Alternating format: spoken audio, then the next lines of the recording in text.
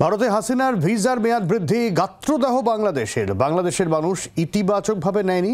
কিভাবে একজন হত্যাকারীকে আশ্রয় দিতে পারে ভারত, এমনই মন্তব্য করেছেন বিএনপির শীর্ষ নেতা রুহুল কবির রিজভী। হাসিনাকে ক্ষুধার্ত হায়না বলে মন্তব্য তার।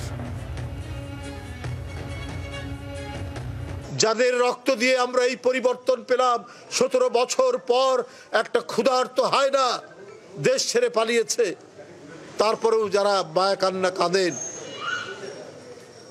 তাদের প্রতি ধিক্কার জানানো ছাড়া আর কিছু বলার নেই। আর যেটি বলছেন মেয়াদ বাড়ানোর কথা, সেটা তাদের দেশের বিষয়, কিন্তু তাদের যদি অন্য কোনো উদ্দেশ্য থাকে শেখ হাসিনাকে নিয়ে, তো সেটা আমি বলতে পারবো না কোনো উদ্দেশ্য আছে কিনা।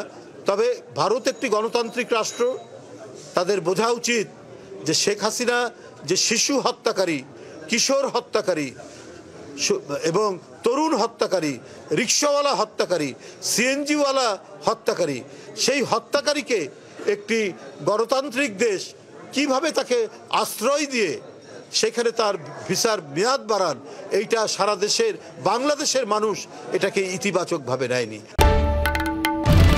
বাংলার আওয়াজ, বাঙালির আবেগ, জি 24 ঘন্টা।